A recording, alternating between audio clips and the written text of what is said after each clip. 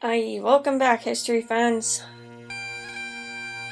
It's time for another episode of the Scotland series. I just covered the death of the Maid of Norway in the last episode, and I also talked a little bit about the main contestants for the Scottish throne after her death. Robert Bruce, Lord of Annandale, and John Balliol, Lord of Galloway. And instead of having a civil war with each other, they decided to call King Edward of England to come arbitrate between them. And so, here we are, this council in Berwick. King Edward listened carefully, as both Bruce and Balliol brought their cases before him. Balliol claimed that he had the right to be king, because he was the great-great-great-grandson of King David I of Scotland. David had a son named Henry, who bore a son named David, who bore a daughter named Margaret, who bore a daughter named Dervogwilla, who had given birth to John Balliol. Bruce's claim was similar, only he was the great-great-grandson of King David I, a whole generation closer than Balliol. His genealogy was exactly the same, only his mother had been David's daughter Isabel, which was Margaret's sister. It can be all rather confusing, I know, so don't worry if you can't keep it all straight. The point was that both Bruce and Balliol were descended from a king of Scotland. But Bruce had even more than heritage on his side. He had always been very close with King Alexander, and in the days when the king still lived, he had told Bruce that if he had no heir to take the throne after him, that Bruce should be crowned as rightful king. So Bruce said, anyway. But with no document or evidence proving his story, it wasn't held in much esteem by the English king. Edward took counsel with his men and considered the claims. At last he gave his ruling. John Balliol, Lord of Galloway, was the rightful king of Scotland. Now, of course, he made half the country angry with him when he made this decision. But what was there to be done? If Edward had chosen Bruce instead, then he would have only aroused the ire of the other faction. But there is one thing here which I will note that is important when considering his choice. For, you see, Edward had chosen Balliol based on the rules of English succession, rather than Scottish succession. According to the English way, it is the eldest that must first reign, even if that eldest is a woman, or comes through a maternal line. Balliol was the grandson of Margaret, the elder great-granddaughter of King David. Therefore, that gave him a higher position than Bruce, who was only the son of a younger great-granddaughter. But according to the Scottish way, it is the closer generation, and a man, that should take the crown firstly.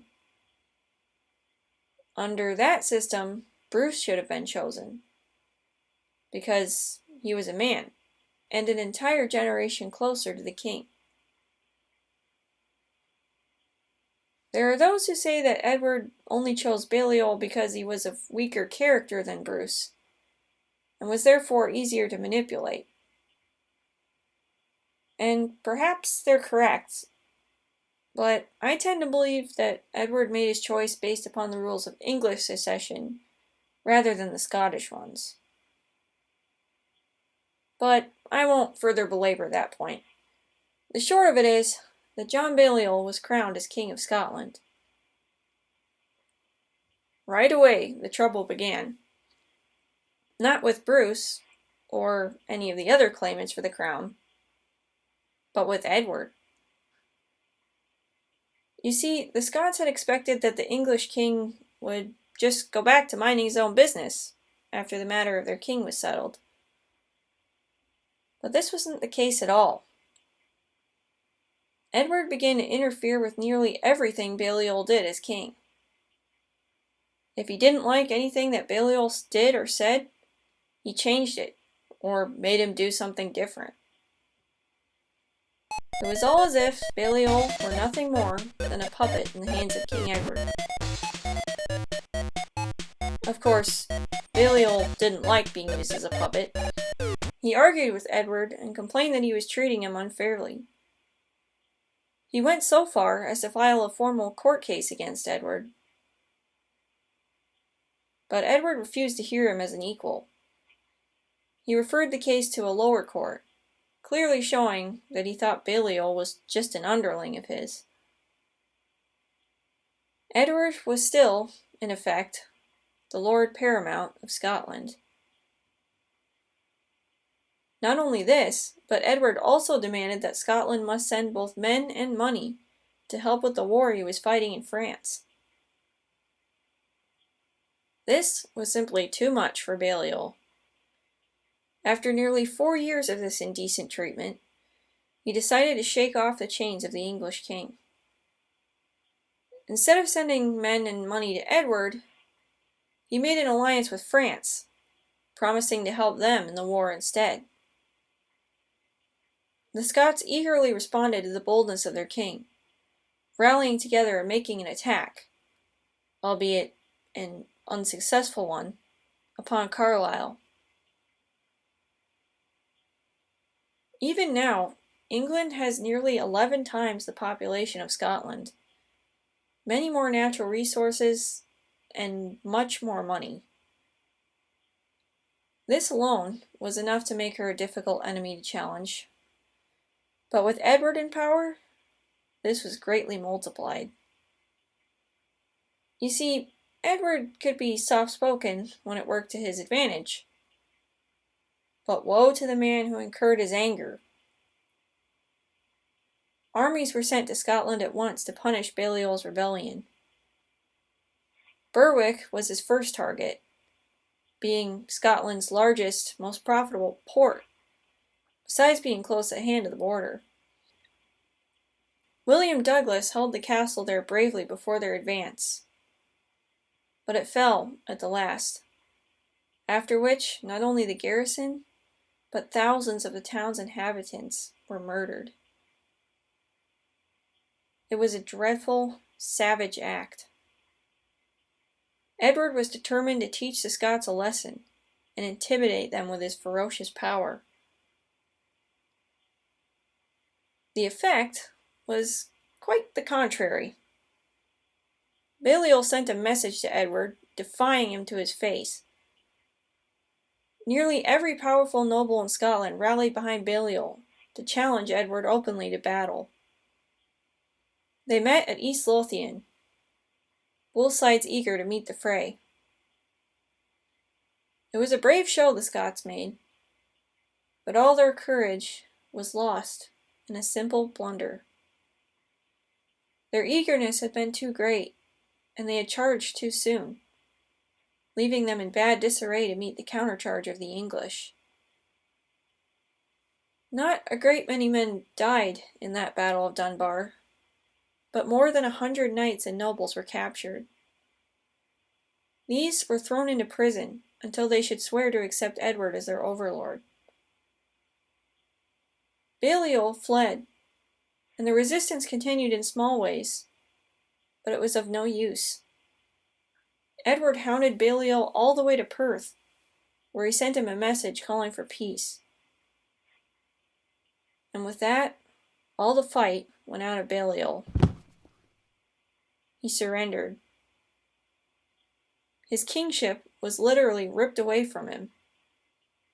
In a humiliating ceremony, Edward had one of his bishops rip Balliol's family coat of arms from off his coat. Because of this, the Scots came to call him the Toom Tabard, which means empty coat. The poor man lived 3 years in the Tower of London, before spending the rest of his days first as a prisoner of the Pope, and finally in sad exile in France. As you might imagine, most of the Scottish nobles preferred to rule their lands and castles under an English overlord than to rot in prison. And those who had escaped the Battle of Dunbar knew they couldn't hope to hold out very long against such a powerful foe. Thus, in short time, nearly every one of the Scottish nobles had bowed the knee to King Edward. Edward had many of Scotland's historical records destroyed or stolen away, thus effectively erasing their past history of independence. And as one final insult, he took the Stone of Scone, the ancient rock upon which every king of Scotland has ever been crowned, and carried it off away with him to England. Scotland had been conquered. Or so it seemed. But there were some men, other brave souls, who had not given up the fight. It is them that I shall tell you of hereafter.